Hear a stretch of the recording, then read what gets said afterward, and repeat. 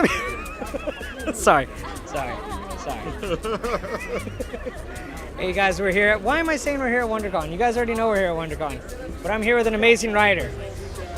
And he shrugs his shoulders. He doesn't give himself enough credit. The man, how long have you been writing behind Transformers, now that I think about this? It's about 7 years, I think. 7 years. John Barber, everybody. Yay, we got a crowd. Our co-host Nando, we used to make fun of him constantly for liking Transformers.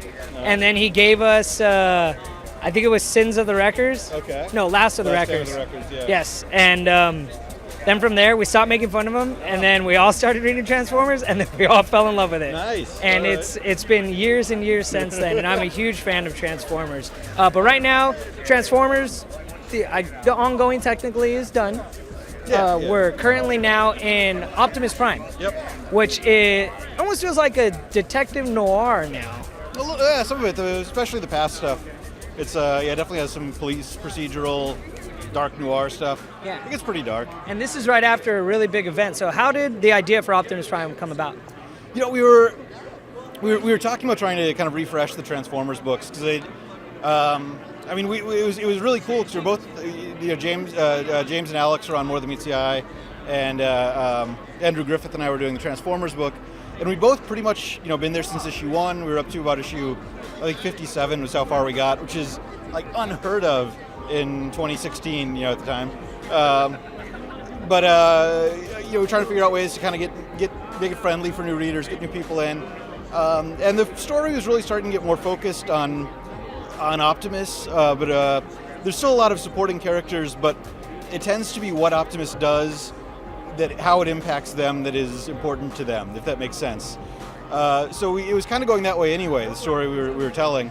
And then Andrew wanted to take a break, and I love working with Andrew. He's still one of my best friends. But we needed to find somebody that's going to have a new kind of fresh take on it, and Kei Zama was definitely that person. I mean, I'd seen her stuff for a long time, and it was just that idea of getting kind of her together with, do something that was a little more maybe aggressive and military than what we were doing with Andrew. And really just made sense all of a sudden to do Optimus Prime. I don't know if that makes sense, but that was where it all kind of came together. Well, it's actually awesome reading Optimus Prime too, because it feels like an old school comic as well, even with the art and everything. So we just concluded the first story arc. Just about, yeah. We're just sending the last part to print, I think, today. And that'll be issue 7. 6, yeah. And then from there, where are we going to head into with Optimus Prime? So the next 4 issues, they're interconnected, but they each have a different guest artist. So issue 7 is Priscilla Tramontano, who just did the annual. She's amazing. I actually just found out she colored the whole thing too. The colors just came in; it's beautiful. Awesome. And then Casey Collar is drawing issue 8, and it's his first full issue in about 6 years, I think.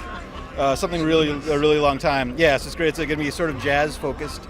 Then Kay's back for 9, and then issue 10 is going to be. I think Kay is drawing the present day sequence, but then the majority of the issue is Livio Ramondelli doing another Galvatron the Barbarian story that flashes back, I think, earlier than we've gone in a story in Transformers history.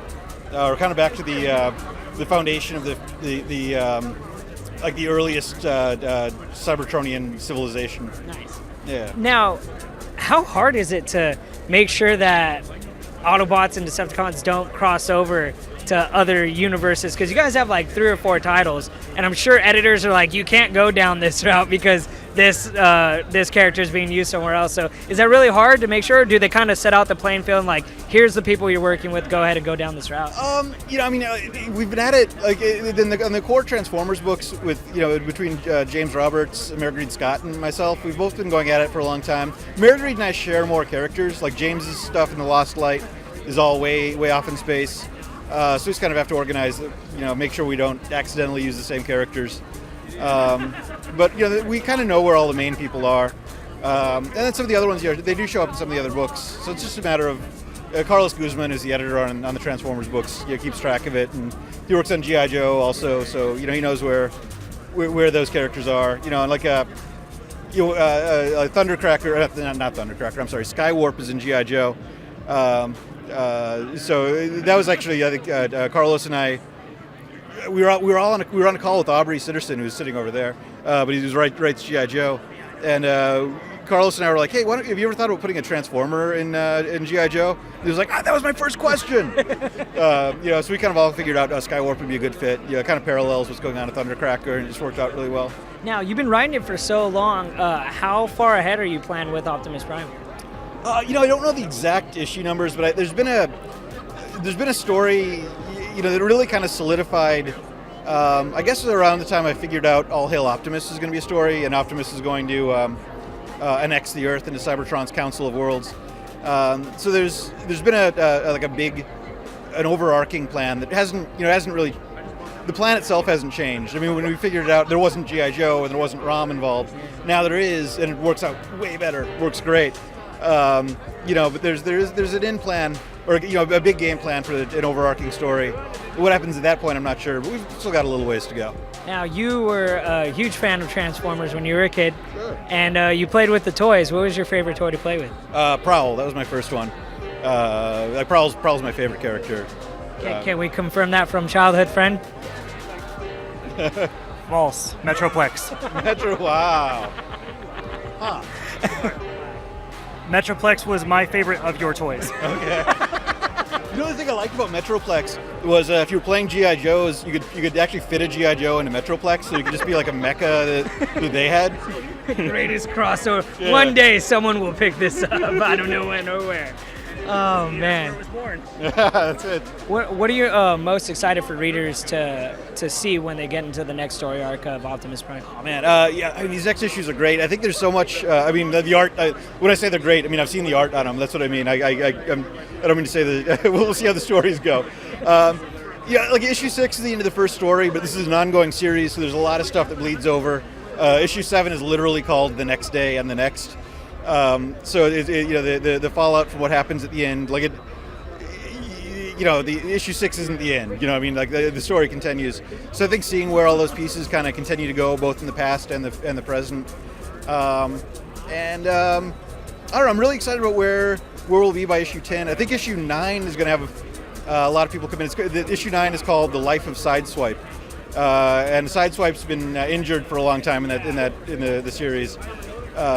So I think some fans might enjoy that. Yeah, you should have seen the smile that went on my face right as you said that. Last but not least, where can we find you on the internet? I'm at the John Barber on Twitter. That's really where I go. I'm terrible at checking Facebook, as any of my friends can tell you. Confirmed by friend? Yeah. I don't think I've accepted my dad as a friend yet. But yeah, the Twitter is probably best. See you there. All right, thank you so much. I really do appreciate it. Have a good Thanks one. a lot.